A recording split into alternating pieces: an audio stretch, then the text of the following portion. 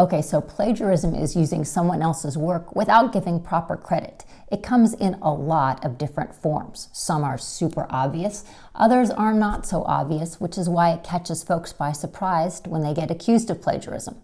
What I thought I'd do is go through all the different types of plagiarism in a systematic, efficient way, moving from super obvious to not so obvious, but still worrisome.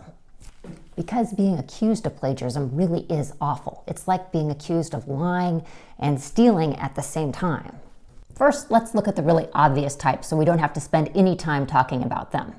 Hiring someone to write a paper is not okay. Copying a friend's old work is not okay.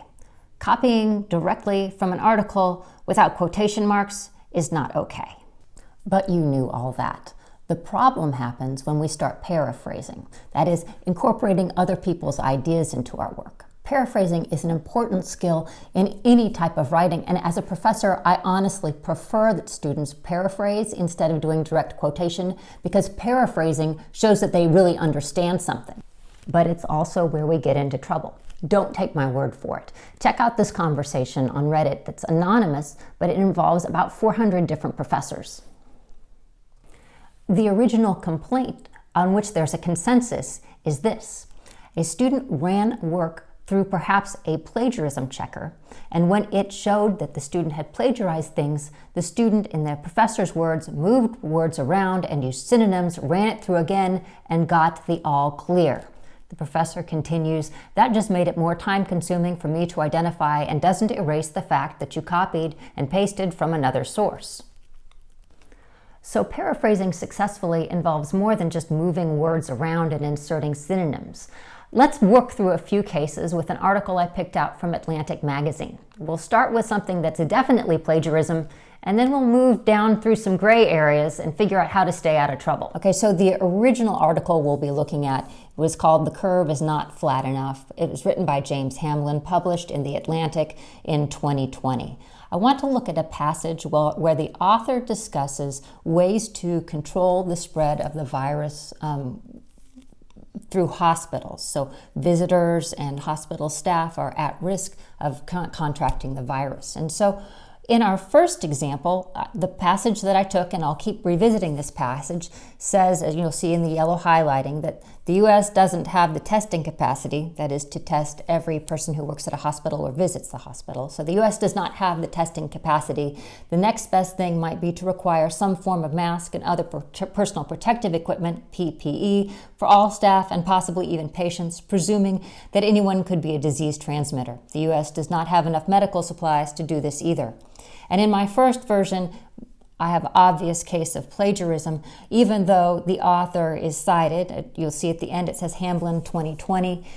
It's a direct quote from him without quotation marks. So I think all of us are on common ground that we recognize that this sort of thing is plagiarism and it's not something that you want to do or turn in. So a lot of ways that people address this is they say, well, let me change a few words here. I still like all of his ideas. So if we look at version 2, we'll see an example where in yellow is what I have kept of the original Hamlin article, and then in blue are things that I have changed. So instead of saying the next best thing, I say one alternative. Instead of saying some form of mask, I use just a mask. I eliminate the PPE and just leave it as in full terminology as personal protective equipment. I get rid of the disease transmitter stuff, and then I add, sadly, the United States.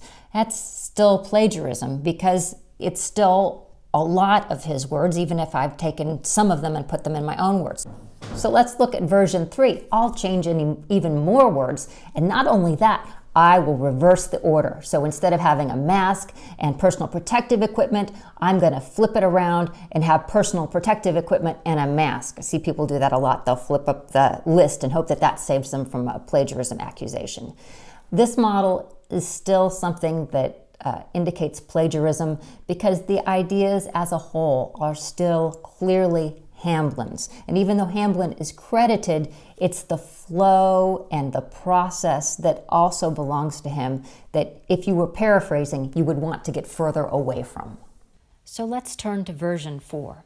In version 4, you'll see a lot of blue because I've changed most of the words.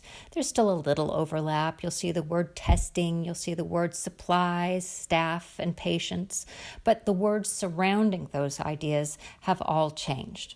I'm still not sure that we're out of the woods on plagiarism because I still retain the general same reasoning process as Hamblin. And although I've got him credited, I'm still taking his flow of ideas. And I think that still leaves us at a little bit of a risk of an accusation of plagiarism. So let's look at version 5, and I'm confident that version is safe. You'll find different words, and also each phrase is wrapped with a reference to Hamblin. So I say according to Hamblin, and then I give an idea. And I mention him again while Hamblin identifies alternative options. And then I mention him again at the end by saying the author suggests. This version seems clearly safe from an accusation of plagiarism. I'd be lying to you if I said that all cases of plagiarism were cut and dried. There are clearly a lot of gray areas, but what I do think is fairly clear is that no one wants to be accused of plagiarism. No one wants to be accused of being a thief and a liar. And the best way to avoid that is to summarize very carefully. Honestly, if you're ever worried about whether or not you're summarizing sufficiently, it's always a good idea just to reach out to a professor. Most of the professors that I know are really glad to work through these puzzles with students because honestly, we all grow together